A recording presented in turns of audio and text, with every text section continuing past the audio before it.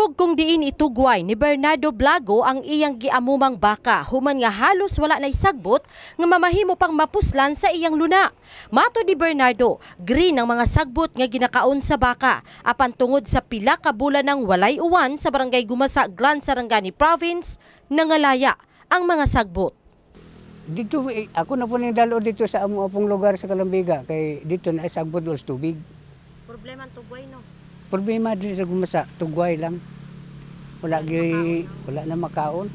Gawas ni ini, mas dakong problema pa ang giatubang ni Bernardo karon.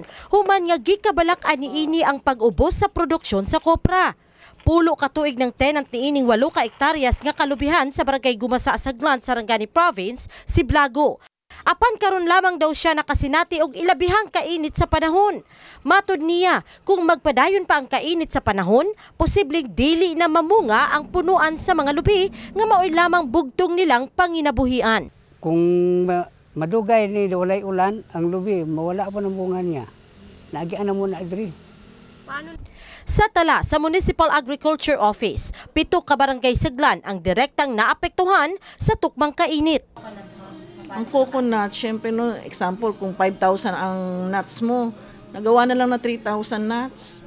Ganun ka dahil sa kaliit na rin siguro ng mga bunga. Sa part nila, talagang losing na sa mga harvest. Wala na talaga sila daw na ma-harvest. Ganun. So ang namin standing crop, hindi muna kami magpapaano sa office. Sabi namin, wag na lang kayong magano dahil dun sa yun nga, nandiyan yung calamity na, i-consider natin calamity na talaga yun ng dry spell. 50% sa yuta sa Glan ang adunay tanom nga lubi, kung 35,850 ka hektarya. Gani gibantog ang Glan nga Queen Coconut of the South. Tungod sa grabing hulaw, miubos ang produksyon sa kopra, hinungdan sa pagtaas sa baying niini karon sa maong munisipalidad. Gikalipay man sa mga mag-uuma ang pagtaas sa baying, apan matod nila, mag-unsa kini kung wala usab produksyon. Jen Solis, Brigada News.